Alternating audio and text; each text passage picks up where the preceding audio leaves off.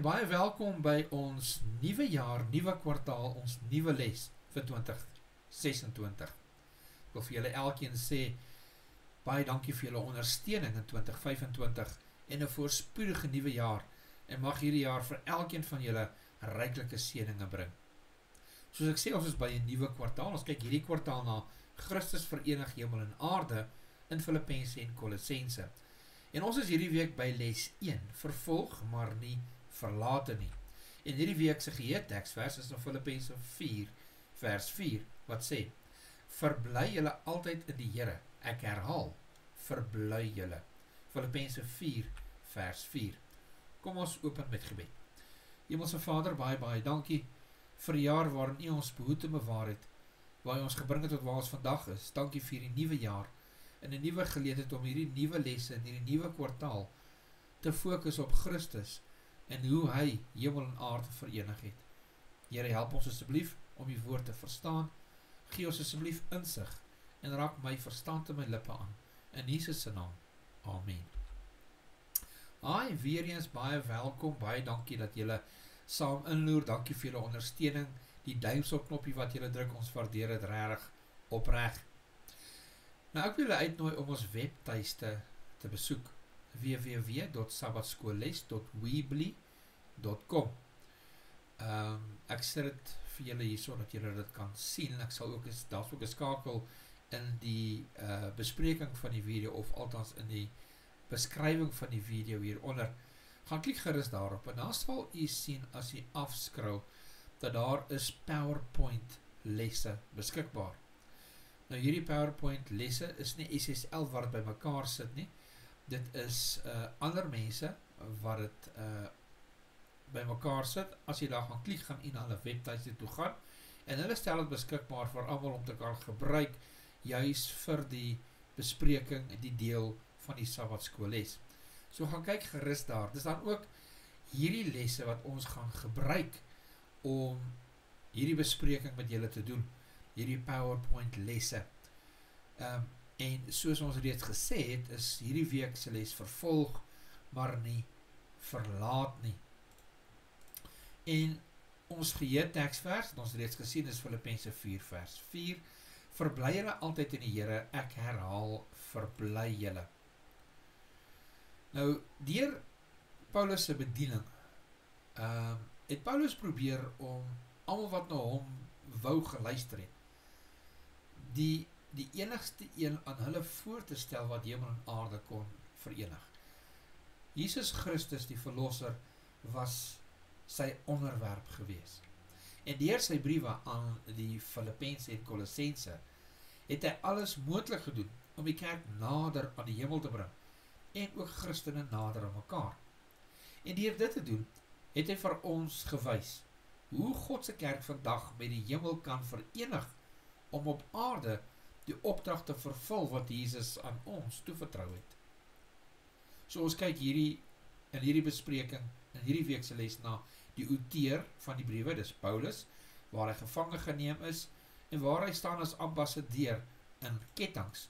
En dan gaan ons ook kyk na die ontvangers van hierdie briewe. Ons gaan 'n bietjie kyk na die geskiedenis van Filippi, die geskiedenis van Kolosse en dan die kerke van Filippi en Kolosse.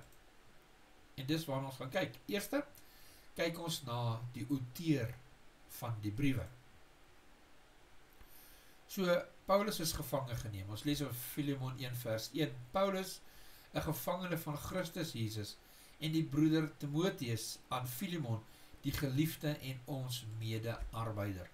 So, tydens sy eerste gevangenisstraf in Rome, tussen 60 en 62 na Christus, het Paulus minstens 5 briewe geskryf. Aan die Efesiërs, aan Filippense, Kolossense, Filemon, het aan Filemon geskryf, en ook aan die kerk van Laodicea. Nou, hierdie brief van die kerk van Laodicea, ons het dit nie vandag nie. Maar aangesien daar geen ernstige aanklagte teen hom was nie, was hy toegelaat gewees om in 'n gehuurde huis te woon. Hy was onder huisarrest gewees. Hy was ook altyd bewaak gewees deur die Romeinse soldaat. Ons lees dit in Handelinge 28 vers 16. En dit het hom toegelaat om die evangelie nog steeds te kan verkondig en selfs aan die praetoriaanse wag self Ons lees dit in Filippense 1 vers 13. So, as ons hierdie briewe gaan ondersoek, sal ons dan sien, dat Paulus nie alleen gewerk het, hy het baie medewerkers gehad. Ons lees dit in Kolossense 4, vers 7 tot 14, Filemon 23 en 24. En hy was ook in kontak met Caesar sy huishouding, Filippense 4 vers 22. So ons sien dat hy die huishouding van Caesar kon bereik het. Paulus het met hierdie eerste gevangenis neming van hom gehoop dat hy binnenkort vrygelaat sal word, Filemon vers 22. Maar in sy tweede gevangenis lees ons 2 Timotheus 4 vers 6, hy het geweet, hy gaan nie lewendig daar wegkom nie.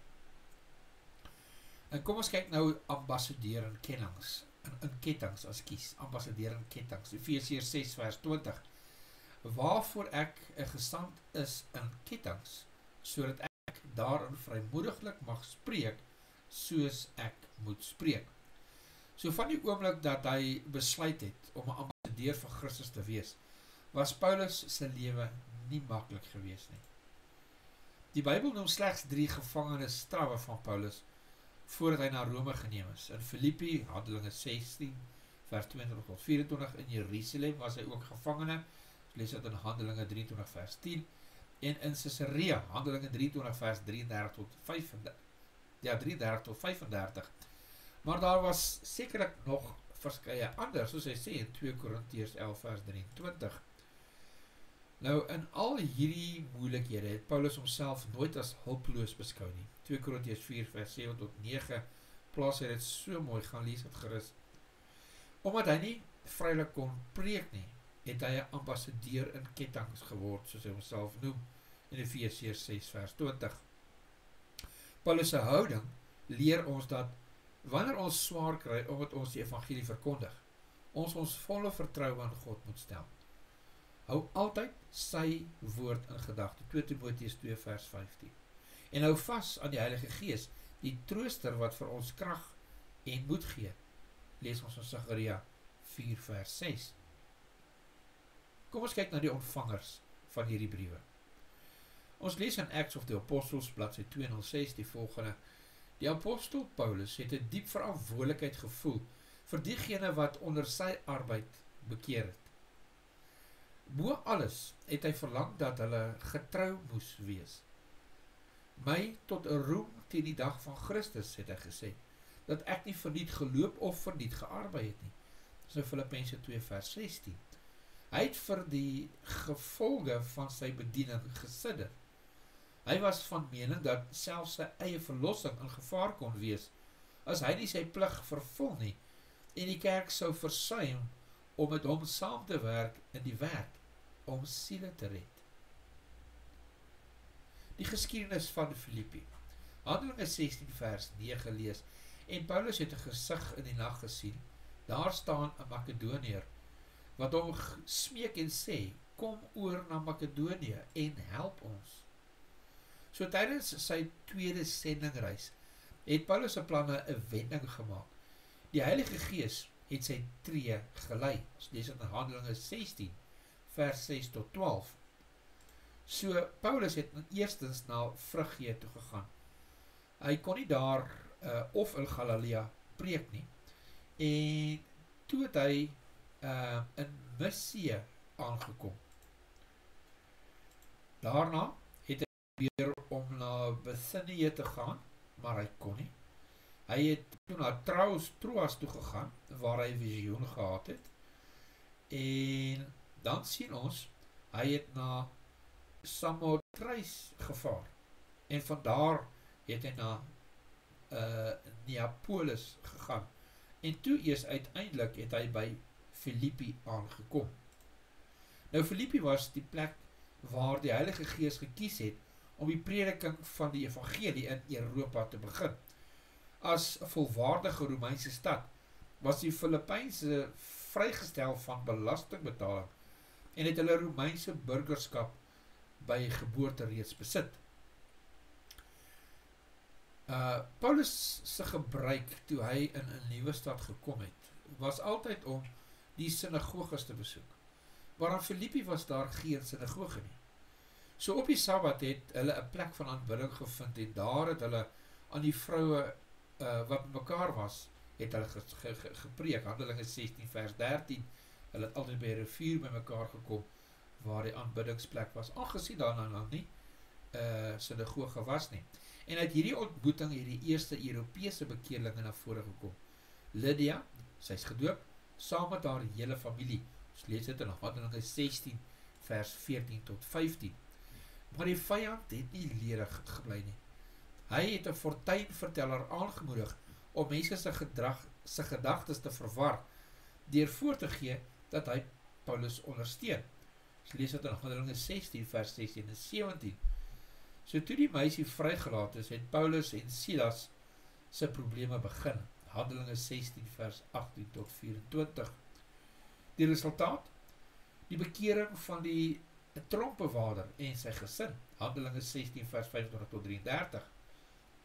Daar is geen twyfel dat die evangelie Europa binnengekom het met die krag en leiding van die Heilige Gees nie. Maar na ouwe gedagte hierso. Hy probeer om die evangelie te verkondig en omdat hy dit probeer het, was daar teestand gewees en hy het in die tronk beland. Maar juis omdat hy in die tronk beland het, was daar hierdie tronkbewaarder en sy hele gesin wat die waarheid ontdek het. So die Here het 'n doel gehad daarmee. So kom ons kyk 'n bietjie na die geskiedenis van Kolossense. Kolossense 1 vers 7 lees ons: soos julle ook geleer het van Epaphras, ons geliefde medediensknegt, wat 'n getroue dienaar van Christus vir julle is. Nou hierdie Epaphras was Paulus se metgesel tydens sy gevangenskap in Rome. Ons lees dit in Filemon 23. Hy was 'n boerling van Kolosse. Kolossense 4 vers 12 noem dit, en was die een wat die evangelie aan daardie stad bekend gestel het. Kolossense 1 vers 7. Nou Kolosse was 'n stad in die provinsie Frigië, naby Laodicea en Hierapolis, waar Epaphras ook gepreek het. Kolossense 4 vers 13 noem dit. Dit het 'n groot Joodse bevolking gehad. Een van die mees prominente Jode wat daar gewoon het, was Filemon, 'n medewerker van Paulus, in wie sy huis 'n kerk vergader het. Lees dit op Filemon 1 en 2. En een van Filemon se slawe, Onesimus, het na Rome gevlug, waar hy Jesus deur Paulus aanvaar het. Filemon 10 en 11. Deur Onesimus aan sy meester terug te gee, het Paulus gewys dat die verhouding tussen meester en slawe, of meerderes en ondergeskiktes, hoe dit moes wees. Lees ons aan Filemon 12 tot by vers 17. Nou kom ons kyk na hierdie kerke wat in Filippi en Kolosse was. Filippense 1 vers 1 en 2 lees: Paulus, 'n apostel van Jesus Christus deur die wil van God, en die broeder Timotheus aan die heilige en gelowige broeders in Christus wat in Kolosse is. Genade vir julle en vrede van God ons Vader en die Here Jesus Christus. So die inleiding tot hierdie briewe, beide Filippense en Kolossense, was baie dieselfde gewees. En dit wys vir ons twee belangrike aspekte. As jy gaan kyk na Filippense 1 vers 1 en Kolossense 1 vers 1 tot 2. In God se oë is kerklede heilig en getrou, ondanks hulle foute. In die kerk is daar orde, waar daar sommige van sy lede meer gesag en verantwoordelikheid het as ander. Byvoorbeeld Paulus is 'n apostel, hy is 'n leier op die hoogste vlak. Timotheus is 'n medewerker, 'n predikant. Die oudste is die plaaslike leiers, die ouderlinge, die diakens bestuur die kerk. So uit die tronk bedank Paulus dan die Filippense vir hulle hulp wat hulle aan hom gestuur het, Filippense 4 vers 18. En na die Kolossense stuur hy sy medewerkers om hulle dan te troos, Kolossense 4 vers 7 tot 9. Nou lees ons hierso Reflecting Christ, Desember 10 van E.G. White. Kom ons oorweeg Paulus se ervaring vir 'n rukkie. Op die presiese tyd, toe dit gelyk het asof die apostels se arbeid die nodigste was om die beproefde en vervolgde kerk te versterk, is sy vryheid weggeneem en is in kettinge vasgebind. Maar dit was die tyd vir die Here om te werk. En kosbaar was die oorwinning wat behaal is. Toe Paulus blykbaar die minste kon doen, was dit toe dat die waarheid 'n ingang tot die koninklike paleis gevind het. Nie Paulus se meesterlike preke voor hierdie groot manne nie, maar sy boeye het hulle aandag getrek. Deur sy gevangenskap was hy 'n oorwinnaar vir Christus. Die geduld en sagmoedigheid waarmee hy sy lang en onregverdige aanhouding aanvaar het hierdie manne se karakter aangespreek. Nou hier is 'n baie belangrike punt wat aangeraak word. Want baie keer, en ek is skuldig hieraan, vind 'n mens, jy's besig met die werk van die Here. Jy spandeer al jou energie en al jou tyd. En dan lyk dit asof dinge net die hele tyd verkeerd loop. Jy beplan 'n ding, dis wat jy wil doen vandag, en dit is alles die werk van die Here wat jy wil doen, maar op die einde van die dag werk dit glad nie uit en jy vind jouself op heeltemal 'n ander plek en mense raak frustreerd. Dis asof die werk van die Here nie wil vorentoe gaan nie, maar ons moet onthou. Ons is net werkers van die Here wat gestuur moet word deur die Here. En baie keer is ons planne nie God se planne nie. En dan lyk dit ons beland in die moeilikheid soos Paulus in die tronk, maar God het 'n doel gehad en daardeur kon die evangelie Europa basies binne gaan deur hierdie verhouding wat hy gehad het met die koninklike paleis en die mense wat daar binne is. Natuurlik, hulle toer die hele wêreld vol of reis die hele wêreld vol en so die evangelie baie vinnig ook deur hulle versprei die goeie nuus wat hulle ontvang het. En ek dink dit is 'n baie belangrike aspek van hierdie weekse les. Vervolg maar nie, verlaat nie. Sê bietjie vir my in die kommentaar gedeelte hieronder, wat dink julle van hierdie PowerPoint wat ek gewys het, waarvan af ek gewerk het? Soos ek sê, dit is beskikbaar op ons webtuiste, die skakel daarvan. Ga na sabbatschoolles.weebly.com en scroll dan net af totdat jy by PowerPoint lesse kom. Klik daarop. Dis nie SSL wat daar die lesse aan mekaar sit nie. Hulle het 'n e-mailadres as jy hulle wil kontak.